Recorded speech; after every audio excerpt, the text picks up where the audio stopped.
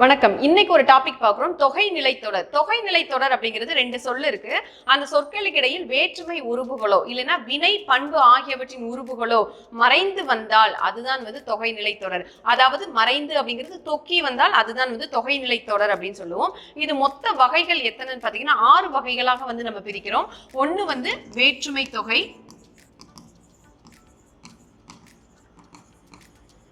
இரண்டாவது பண்பு தொகை,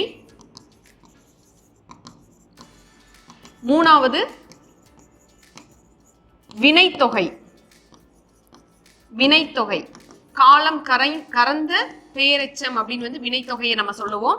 அடுத்து உம்மை தொகை, உம்மை தொகை. அடுத்து 5 உவமை தொகை, உவமை தொகை. 6வது ஒரு டைப் இருக்கு. அது என்ன அப்படிங்கறத கமெண்ட் பண்ணுங்க. தேங்க்யூ.